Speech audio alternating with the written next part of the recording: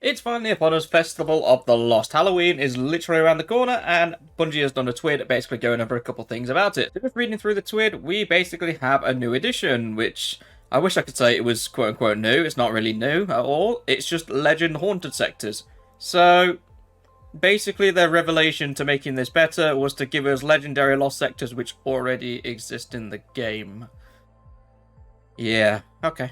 But to move on to an actual positive change, they're actually going to be adding in something called Eerie Engrams, and Eerie Engrams just basically sound like engrams that you'd get from any other season, except these can be focused for Festival of the Lost weapons and armor. And by armor, I mean exotic armor, and the really good thing about this, which I was quite surprised by, was the exotic armor you don't actually have to have in order to focus it. So let's take, for example, if you're a new player and you don't have Celestial Nighthawk for whatever reason, then you can have a chance to focus it when you're doing this focusing. And the cost doesn't look too steep, 2,500 candy. I know that seems like a bit of a large amount because anyone who's played the previous ones will tell you that candy doesn't drop that often. But I'm under the impression that they're going to increase the drop rate for this, and you're probably going to get a couple hundred every time you run a lost sector. Otherwise, this is going to be grueling because just for one exotic armor piece, you're talking 2,500 candy. And for anyone who's interested in the specific armor pieces that you can get, there is a full list on the TWID, which is linked in the description for you to read through, because honestly, I'm going to be here forever if I try to read them all out. Something of a weird twist that Bungie has decided to do, they've added a new memento, which turns your weapons jet black, or basically like the interior of a car as they describe it. Honestly, I'm not normally a fan of PvP, but the fact that they're referencing PvP land, I probably wouldn't mind jumping into a PvP game mode if I'm going to get a memento basically looking like this, because it will go nicely with quite a few weapons.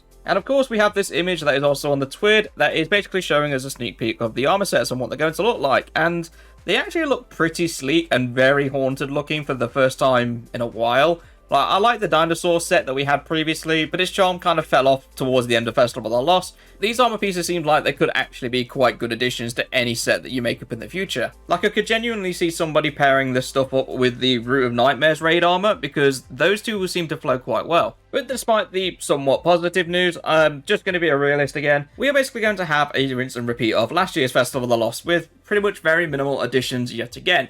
I think Bungie should definitely start thinking about adding in something completely new, not just having a harder difficulty on something that already exists, because to me that's quite lazy. If they've actually added additional Haunted Lost sectors, then fair play, we have some more variety into the map pools, but they need to do something more. Obviously, it's not going to be done anytime soon because it's a week away till Festival of the Lost, but for next year, they should definitely start thinking about doing something new. And that's not just for Festival of the Lost either. I genuinely feel the same way about every single event that comes along, because I don't like playing the same style of thing over and over again. Like, the first couple of times you do it, it's quite cool.